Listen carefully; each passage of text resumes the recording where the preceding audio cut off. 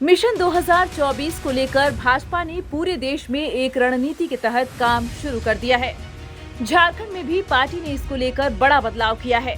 पूर्व मुख्यमंत्री बाबूलाल मरांडी को दीपक प्रकाश की जगह पर प्रदेश अध्यक्ष बनाया गया है। पार्टी की नजर झारखंड की सभी 14 लोकसभा सीटों पर है। इसी को ध्यान में रखकर भाजपा ने बाबूलाल मरांडी पर बड़ा दांव खेला है। एकीकृत बिहार के समय से ही बाबूलाल मरांडी ने अपनी कुशल सांगठनिक क्षमता का परिचय दिया है। साल 1996 में दक्षिणी बिहार यानी वनांचल भाजपा का अध्यक्ष बनाया गया था। बाबूलाल ने पार्टी को निराश नहीं किया और दक्षिणी बिहार की 14 लोकसभा सीटों में से 12 सीटों पर जीत दर्ज की थी। फिर 1999 में लोकसभा का चुनाव हुआ और भाजपा को 14 में से 11 सीटें मिली थी। 1998 और 1999 के चुनाव में बाबूलाल मरांडी ने दिशोम गुरु शिबू सोरेन के दुमका सीट पर विजय रथ को लगातार 2 बार रोककर सुर्खियां बटोरी थी। वर्ष 2000 में बिहार से झारखंड अलग राज्य बना। बाबूलाल मरांडी की सांगठनिक क्षमता का ही प्रतिफल था कि अलग राज्य बनने के बाद जब कड़िया मुंडा को मुख्यमंत्री बनाने की बात चल रही थी तो पार्टी ने युवा बाबूलाल मरांडी पर भरोसा किया और राज्य की बागडोर उनके हाथों में दी।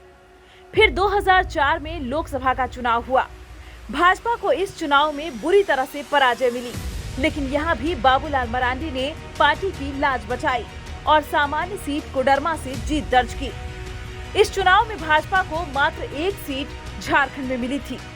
अब जब पूरा देश 2024 के आम चुनाव को लेकर संजीदा है, ऐसे में भाजपा के राष्ट्रीय नेतृत्व ने बाबूलाल मरांडी पर बड़ा दांव खेला है। 2024 के लोकसभा चुनावों को देखते हुए बाबूलाल मरांडी को मिली ये जिम्मेदारी काफी अहम मानी जा रही है। झारखंड में सबसे ज्यादा वोटर जनजातीय समुदाय से हैं। 26% वोट जनजातीय समाज से है। पिछले लोकसभा चुनाव में भाजपा को इस समुदाय के लिए आरक्षित 5 लोकसभा सीट में से 3 सीट पर जीत मिली थी और 2 सीट पर हार। जिन 3 लोकसभा सीटों पर भाजपा को जीत मिली थी, उसमें जीत का अंतर काफी कम था। लोकसभा चुनाव के कुछ महीने के बाद ही झारखंड विधानसभा का चुनाव हुआ। जनजातीय समुदाय के लिए राज्य की 28 विधानसभा सीट आरक्षित है और भाजपा को मात्र 2 सीटें ही मिली। इस चुनाव परिणाम के बाद भाजपा ने महसूस किया कि जनजातीय वोट को आकृष्ट किए बिना पार्टी का मिशन सफल नहीं होगा। यही वजह है कि भाजपा ने बाबूलाल मरांडी को प्रदेश अध्यक्ष बनाकर जनजातीय वोटर को साधने का प्रयास किया है। 2019 के विधानसभा चुनाव के बाद बाबूलाल मरांडी ने अपनी पार्टी झाविमो का भाजपा में विलय कर दिया।